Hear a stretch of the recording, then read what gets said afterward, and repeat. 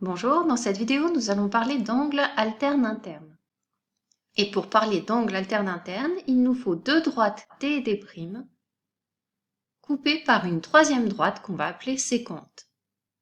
Dans cette configuration, on va appeler intérieur des deux droites D et D' la partie du plan que j'ai représentée ici en jaune.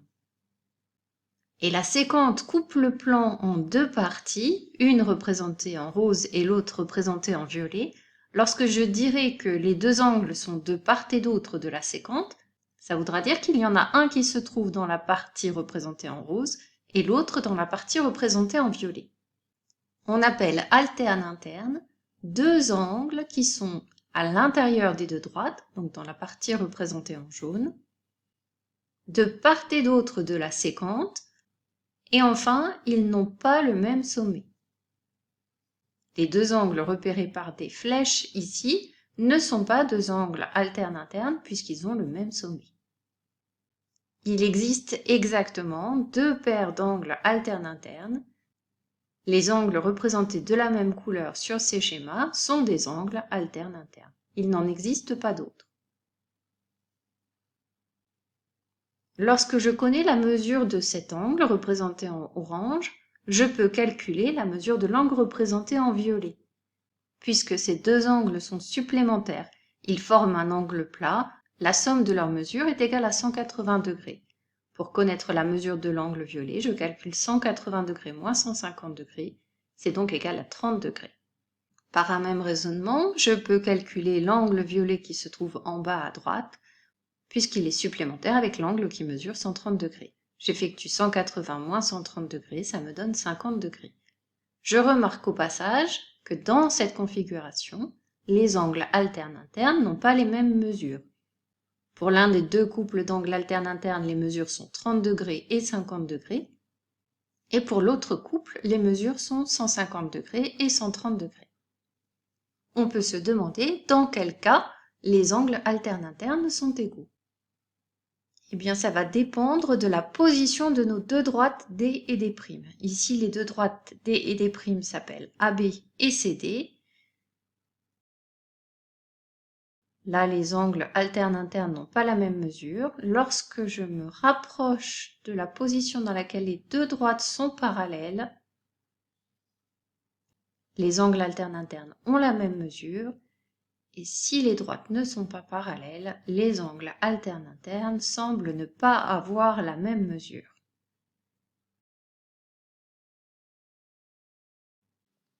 On dirait donc que le parallélisme des deux droites est caractérisé par le fait d'avoir des angles alternes internes de même mesure.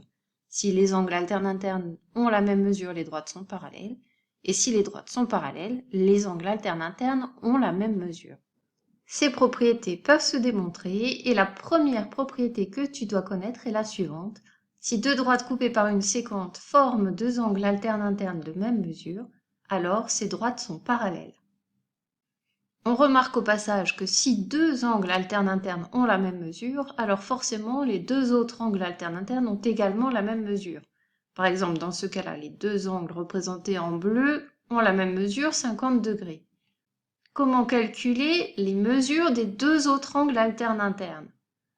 Comme l'angle rouge et l'angle bleu sont supplémentaires, on en déduit que la mesure des angles représentés en rouge est égale à 180 degrés moins 50 degrés, ce qui est égal à 130 degrés. Ces deux angles ont la même mesure. Donc lorsque je dis si deux droites coupées par une séquente forment deux angles alternes internes de même mesure, nécessairement, ça signifie que les angles alternes internes sont de même mesure. Mais il suffit que j'en repère deux sur mon dessin pour pouvoir utiliser la propriété.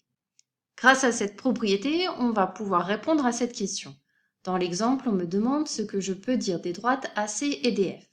Je regarde la figure, je vois que les droites AC et DF sont deux droites coupées par une séquente. Cette séquente, je peux la nommer par exemple GH.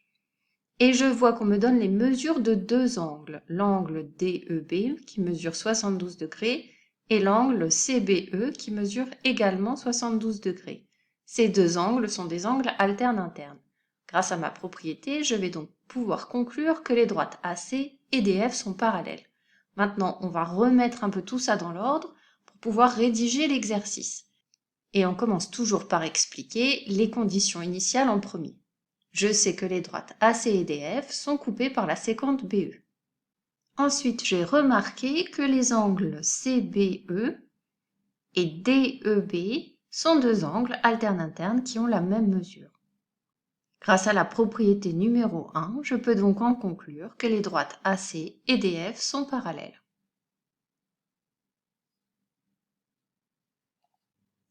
Et réciproquement, si deux droites coupées par une séquente sont parallèles, alors elles forment des angles alternes-internes de même mesure. Grâce à la propriété 2, on peut résoudre ce type d'exercice. Les droites AC et DF sont parallèles et on nous demande de retrouver la mesure de l'angle CBE. Je commence par expliquer les conditions initiales. Je sais que les droites AC et DF sont coupées par une séquente, BE, et qu'elles sont parallèles. Je sais donc, d'après la propriété 2, que les angles alternes-internes ont la même mesure. Sur cette figure apparaissent en vert deux angles qui sont alternes-internes. Le premier se nomme DEB et le deuxième CBE. C'est l'angle dont je veux retrouver la mesure. J'indique que ces deux angles sont bien alternes-internes. Et d'après ma propriété 2, ils ont donc la même mesure, et cette mesure est égale à 63 degrés puisque c'est la mesure de l'angle DEB. Toujours grâce à la propriété 2, on peut résoudre ce type d'exercice. Que peut-on dire des droites D1 et D2? La droite D1, c'est la droite GH, la droite D2, c'est la droite IJ. Elles sont toutes les deux coupées par la séquente HI. Et je remarque qu'elles forment des angles alternes-internes qui n'ont pas la même mesure. D'après la propriété 2, si elles étaient parallèles, les angles alternes-internes auraient la même mesure, ce qui n'est pas le cas. Je peux donc en conclure que les droites ne sont pas parallèles. Pour rédiger, on explique les conditions initiales. Les droites D1 et D2 sont coupées par la séquente HI. Grâce au codage de la figure, on peut dire que deux angles alternes-internes n'ont pas la même mesure. Ce sont les angles GHI et HIJ.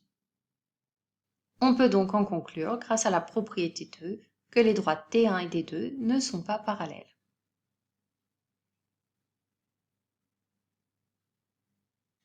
Ces deux propriétés permettent de caractériser des droites parallèles lorsque deux droites D et D' sont coupées par une séquente. Si les droites D et D' sont parallèles et uniquement dans ce cas, les angles alternes-internes sont de même mesure. C'est la fin de cette vidéo sur les angles alternes-internes. Tu peux enchaîner maintenant sur les angles correspondants. À bientôt pour une prochaine vidéo.